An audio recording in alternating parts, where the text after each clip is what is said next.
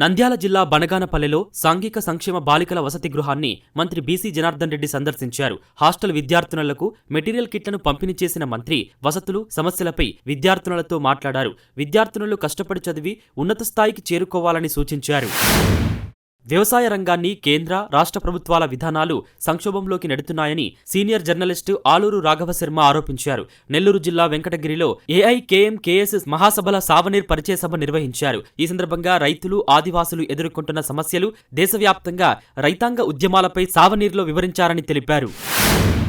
నెల్లూరు నగరంలో పేద విద్యార్థులకు సైకిళ్ల పంపిణీ కార్యక్రమం వర్షాల కారణంగా వాయిదా పడింది. నారాయణ గ్రూప్స్ సౌజన్యంతో మంత్రి నారాయణ సొంత నిధులు 6 కోట్ల రూపాయలతో చేపట్టిన ఈ కార్యక్రమంలో భాగంగా 10,000 మంది విద్యార్థులకు సైకిళ్లు అందించనున్నారు. వీఆర్సీ మైదానంలో జరుగుతున్న ఏర్పాట్లను పరిశీలించిన మంత్రి వాతావరణం అనుకూలిస్తే ఈ నెల 24, 25 తేదీల్లో తొలి విడతగా 7,000 సైకిళ్లు పంపిణీ చేపడతామని తెలిపారు. ప్రభుత్వ వసతి గృహాల్లో విద్యార్థులకు మెరుగైన వసతులు కల్పించాలని నెల్లూరు జిల్లా కొవ్వూరు ఎమ్మెల్యే వేమిరెడ్డి ప్రశాంత్ రెడ్డి సూచించారు. కొవ్వూరులోని వసతి గృహాలను సందర్శించిన ఆమె విద్యార్థులకు స్టడీ మెటీరియల్స్, పుస్తకాలు, వసతి సామాగ్రి కిట్లను అందజేశారు. చదువుపై ఆసక్తి పెంచుకుని భవిష్యత్తులో ఉన్నత స్థాయికి చేరుకోవాలని విద్యార్థులకు సూచించారు. శ్రీ సత్యసాయి జిల్లా పుట్టపర్తి మండలం కోవెలగుట్టపల్లి సమీపంలోని చిత్రావతి నదిలో అక్రమ ఇసుక తవ్వకాలపై స్థానికులు ఆందోళన వ్యక్తం చేస్తున్నారు. హిటాచీలతో ఇసుక తవ్వి టిప్పర్ల ద్వారా తరలిస్తున్నారని ఆరోపిస్తున్నారు. వంతెన సమీపంలోనే భారీగా తవ్వకాలు జరగడంతో భవిష్యత్తులో ప్రమాదం పొంచి ఉందని ప్రజలు ఆవేదన వ్యక్తం చేస్తున్నారు. అధికారులు వెంటనే స్పందించి అక్రమ ఇసుక రవాణాను అడ్డుకోవాలని డిమాండ్ చేస్తున్నారు.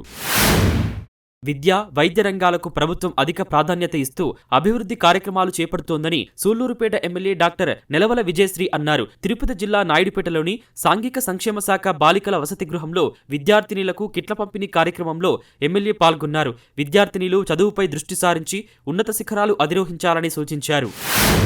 రామచంద్రాపురం మండలంలో జరుగుతున్న అభివృద్ధి కార్యక్రమాలు, ప్రజలకు అందుతున్న సంక్షేమ పథకాలకు ఆకర్షితులై తెలుగుదేశం పార్టీలో చేరినట్లు ఎంపీటీసీ జ్ఞానమ్మ గిరిధర్ రెడ్డి తెలిపారు. ఎమ్మెల్యే పులివర్తి నాని నాయకత్వంలో నియోజకవర్గ అభివృద్ధికి తమ వంతు కృషి చేస్తామని చెప్పారు. రాబోయే పంచాయతీ ఎన్నికల్లో నెన్నూరు పంచాయతీలో తెలుగుదేశం పార్టీ విజయానికి సమిష్టిగా కృషి చేసి పార్టీ జెండా ఎగురవేస్తామని, అలాగే ఏ ఎన్నికలు జరిగినా టీడీపీ పార్టీ విజయానికి కృషి చేస్తామని ఎమ్మెల్యేకి హామీ ఇచ్చారు.